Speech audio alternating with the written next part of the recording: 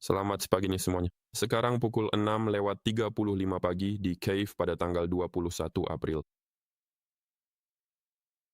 Ini hari ulang tahun istri pertama saya. Dia lahir di antara Lenin dan Hitler. Saya baru selesai mandi sekitar 3 menit yang lalu dan kita akan memulai ulasan untuk kanal pribadi saya, khususnya yang berbahasa Rusia karena ada yang lainnya. Mari kita mulai dengan candle mingguan. Pada candle mingguan kita melihat pertama-tama kondisi jenuh jual yang sangat kuat. Ada panah hijau di sudut kanan bawah, tapi itu bukan jaminan pertumbuhan. Sama seperti itu bukan jaminan bahwa kita tidak bisa turun lebih jauh. Tapi Anda harus berhati-hati dengan posisi short sekarang. Pada saat yang sama, kita memiliki target yang belum terpenuhi tetapi sudah sangat lama untuk penurunan ke area $40.000. Zona persegi panjang merah muda di sini, tapi saat ini sepertinya seolah-olah ada keinginan untuk menguji beberapa garis tren hitam di kisaran 80 hingga $81.000. Mari kita perbesar grafiknya ke layar penuh dan lihat garis tren macam apa ini. Ini adalah garis tren yang menghubungkan dua titik tertinggi lokal dan sedang menyentuh, itu diuji dari atas. Oleh karena itu, kita berhak mengharapkan pertumbuhan hingga ke sini sekitar 81.200. Dan kemudian, bagaimanapun juga, bukan tidak mungkin untuk turun ke sini ke area 58.740. Level ini belum diuji, meskipun kita sudah sangat dekat dengannya, ke rata-rata pergerakan 50 bulan. Kita juga tidak menguji itu, tapi kita memang mendekatinya. Dan akhirnya, untuk mencapai target merah muda ini di kisaran $40.000, lihat, kita punya target merah muda di sini dan kita mencapainya. Demi studi, kita bahkan bisa membuka grafik Bitstamp. Ini sebenarnya yang terlama yang tersedia di sana untuk melihat dengan tepat bagaimana target-target tersebut tercapai. Nah, lihat, ini target oranye atau lebih tepatnya target kuning yang tercapai. Yang kuning tercapai. Yang merah muda juga tercapai, tapi yang kuning lainnya yang berbeda tidak tercapai. Itu sekitar 5.000. Saya harap kita tidak melihat level-level itu. Bagaimanapun yang merah muda tercapai dan kita punya dua yang oranye. Dan yang merah muda ini tetap seperti hutang. Hutang untuk turun ke area 40.000. Dan perhatikan kita bahkan belum memasuki zona hijau berdasarkan kriteria jenuh beli, jenuh jual. Jadi kita memiliki kondisi jenuh jual yang besar tapi tidak ekstrim. Dan lihat apa yang terjadi di sini misalnya pada tahun 2018. Di sini Bitcoin naik. Itu naik dari level $6.000 ke sekitar 8,5 dan kemudian turun ke area 3.200. Jadi kondisi jenuh jual ini tidak menghentikannya untuk turun jauh lebih rendah. Mari kita lihat situasi tahun 2022 yang mirip dengan apa yang kita miliki sekarang, mungkin di bulan Mei atau Juni 2022. Entah di bulan Mei saat candle ditutup di 32.000 atau di bulan Juni saat ditutup di 19.600 bahkan ada kenaikan ke 25.000. Itu tidak menghentikan kita untuk mencapai titik terendah baru dan turun ke sekitar 15.500. Ya, untuk berjaga-jaga supaya Anda mengerti. Tapi secara keseluruhan, jika kita kembali sekarang ke grafik yang kita tinggalkan tadi, di mana itu? Di sini,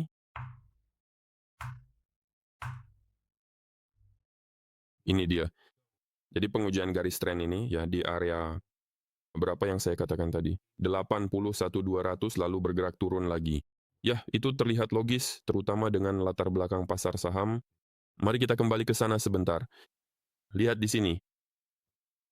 Oke, ini gambar-gambar saya di sini sisa dari video kemarin. Nah, sekali lagi mari kita lihat candle bulanan. Mari kita perluas di sini sampai batas penuh juga. Lihat candle bulanannya kan, target penurunan telah tercapai. Inilah target-target penurunannya, kita hanya tidak mencapai yang merah muda, sekitar 1.700 poin, tapi selain itu, kita turun dari 2.200 ke sekitar 1.800. Di sini kurang jelas. Saya tidak melihatnya. Ya, sepertinya mereka sebagian mencapai target oranye yang jauh itu, dan di sini tercapai. Level $4.000 tetap tertahan di sini untuk waktu yang lama. Target ini tercapai tepat di sini dengan sumbu candle. Mungkin sulit dilihat, tapi itu tercapai.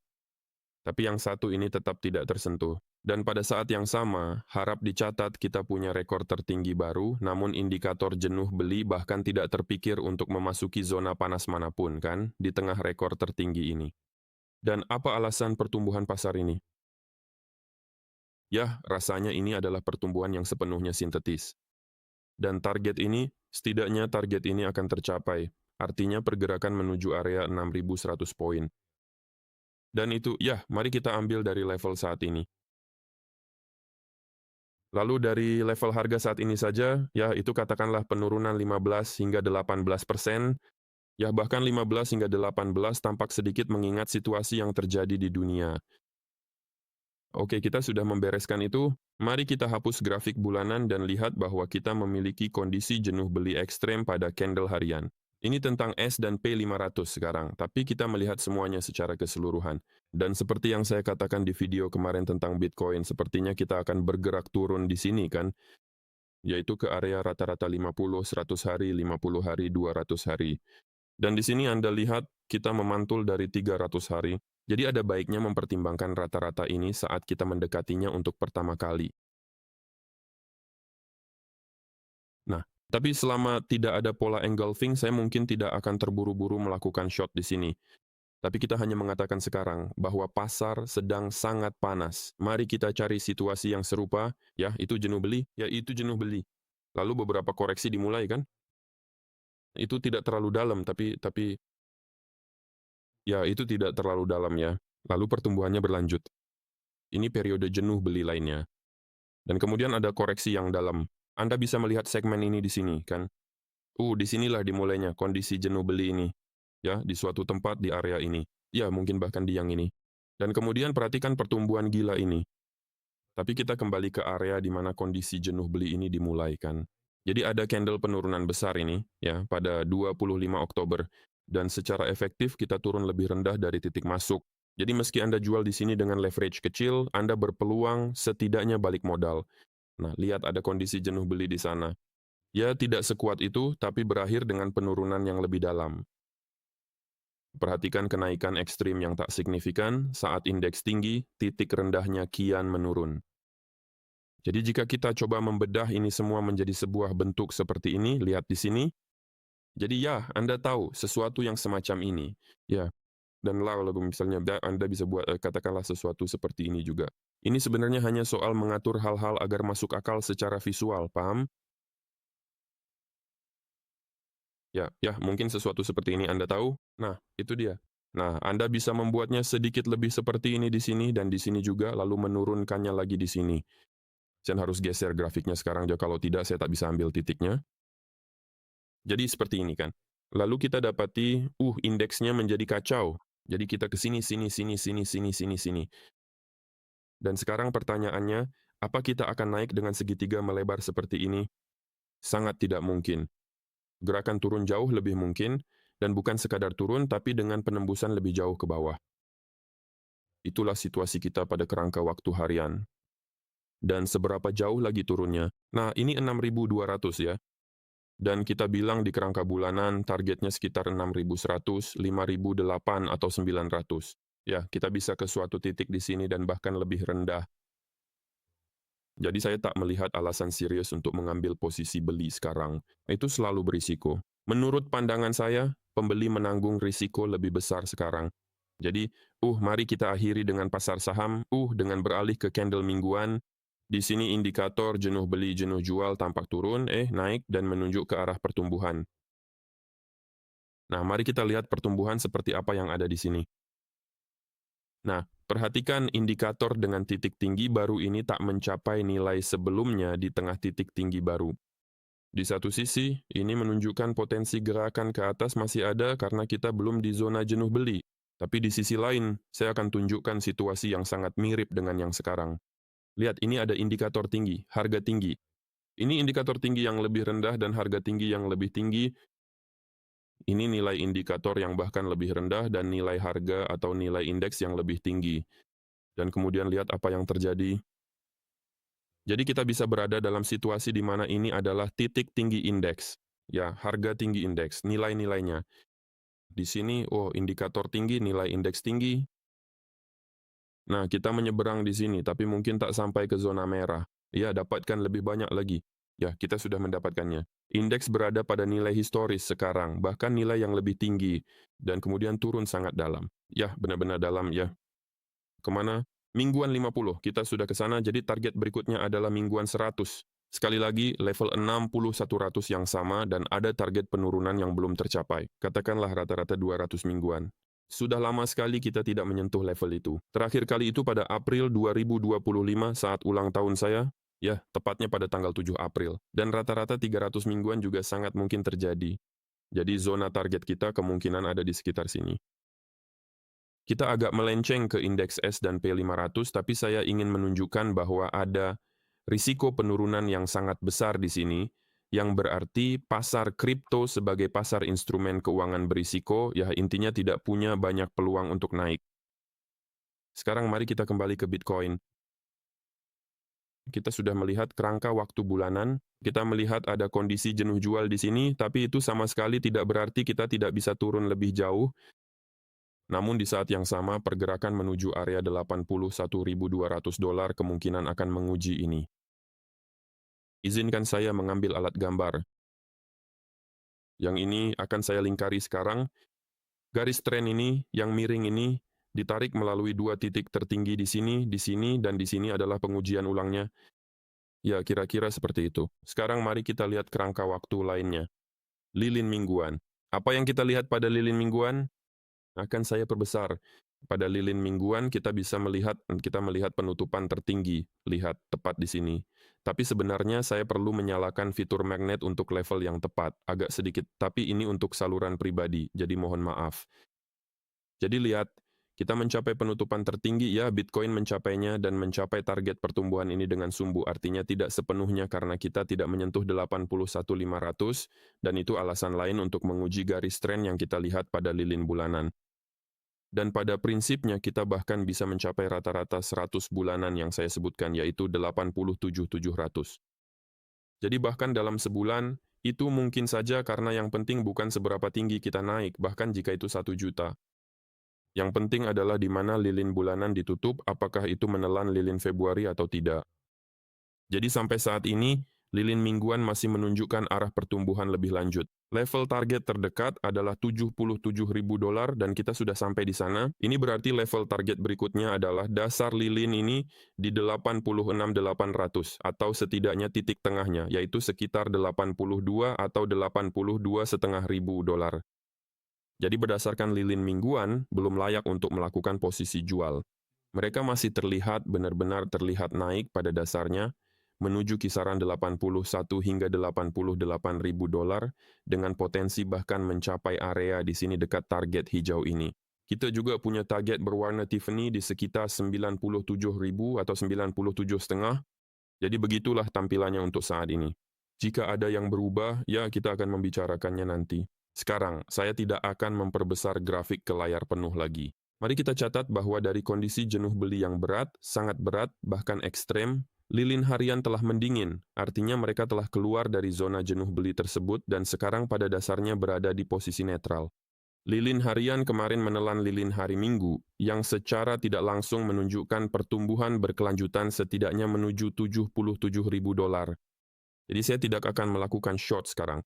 Terlebih lagi, kita sudah konsolidasi di atas rata-rata 100 hari lagi, artinya kita bisa menuju ke 200 hari dan mencapai target hijau ini. Target pertumbuhannya ada di kisaran 80.000 sampai 84.800. Baiklah, kita sudah selesai dengan grafik harian. Anda tidak bisa bilang ini situasi long yang jelas, tapi ini sudah bisa diperdebatkan, artinya memungkinkan pertumbuhan maupun penurunan pada candle 12 jam. Kita mencapai target terdekat dan memantul kembali ke atas, menelan candle merah yang menurun. Di sini warnanya merah muda, tapi bagaimanapun ini menunjukkan kekuatan tren karena kita tidak langsung mencapai semua target sekaligus. Jadi ini menunjukkan bahwa masih ada sedikit prioritas saat ini. Kita menuju ke atas lagi ke arah level tertentu di sini, seperti 78.500. Kita sudah mendekatinya, tapi kita bisa naik lebih tinggi. Ada periode 300 di 79.200, tapi candle 12 jam terlihat lebih mengarah ke atas sekarang, dan grafik harian secara tidak langsung juga menyarankannya, karena engulfing kemarin bahwa ini lebih mendukung pertumbuhan, dan ini sejalan dengan situasi kerangka waktu mingguan pada dasarnya jika Anda melihatnya. Dan akhirnya, candle 4 jam saat ini sedang overbought tapi tidak terlalu ekstrim. Dan perhatikan saat kita beralih, saya menggunakan kursor kuning di sini, ke candle per jam di kanan atas, ada panah merah di sana. Dan kita melihat bahwa kita punya target penurunan kan, dan candle per jam menunjuk ke bawah dan kita sudah menetap di bawah rata-rata 100 jam. Jadi ternyata ini menjadi situasi yang sangat kontradiktif, dan saya juga mengajari Anda sambil mengajari Anda cara menggunakan informasi yang saya posting di saluran pribadi saya. Jadi grafik per jam terlihat turun, grafik 4 jam tidak jelas. Bahkan tidak ada pola bearish engulfing di sini. Secara keseluruhan, ini lebih mendukung pertumbuhan ya untuk saat ini meskipun sudah ada beberapa kondisi overbought. Candle 12 jam pada dasarnya mendukung pertumbuhan. Grafik harian bisa kemana saja. Grafik mingguan untuk pertumbuhan, jadi tidak ada keadaan terkoordinasi di sini di mana beberapa kerangka waktu yang berdekatan, ini sangat penting, khususnya yang berdekatan sedang overbought atau oversold bersama-sama kan. Dan jika semuanya overbought bersama-sama dan ada target penurunan, maka Anda bisa membuka short yang aman dan pada dasarnya dengan leverage rendah Anda bahkan tidak perlu memasang stop loss. Tapi saat ini situasi di sini sangat kontradiktif. Pada grafik 12 jam kita mencapai target terdekat dan berbalik ke atas. Bahkan menurut indikator overbought, oversold, itu membuat terobosan, Anda lihat, maka itu adalah potensi pembalikan tren. Dan bullish engulfing pada candle 12 jam hanya mengonfirmasi hal ini. Candle per jam sebaliknya terlihat turun.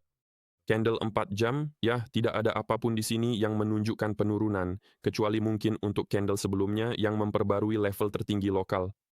Nah, jika itu memperbarui yang ini dari tanggal 17 April, maka ya, jadi itu memperbarui level tertinggi lokal ditutup dengan bodi merah, tapi candle ini sudah memiliki level terendah yang lebih rendah, dan kita bahkan tidak yakin bahwa candle saat ini akan membentuk engulfing dari yang hijau ini kan, yang di atas.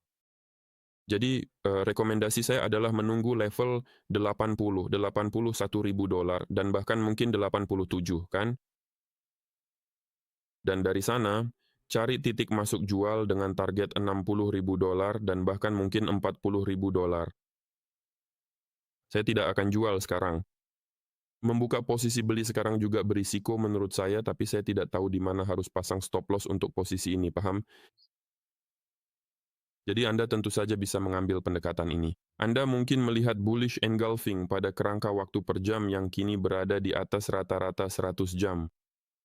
Lalu pada penutupan jam tersebut Anda pasang, ya buka posisi beli, taruh stop di bawah jam itu dan berharap stop tidak kena, dan saat harga mencapai sekitar 77 atau 78 ribu dolar, Anda pindahkan posisi ke titik impas atau untung kecil sambil menunggu 81.200 dolar. Ulasan ini disiapkan untuk saluran pribadi, Fasya BTC. Ya. Ya, saya pamit sekarang. Semoga saya sudah menjelaskan beberapa hal. Sampai jumpa.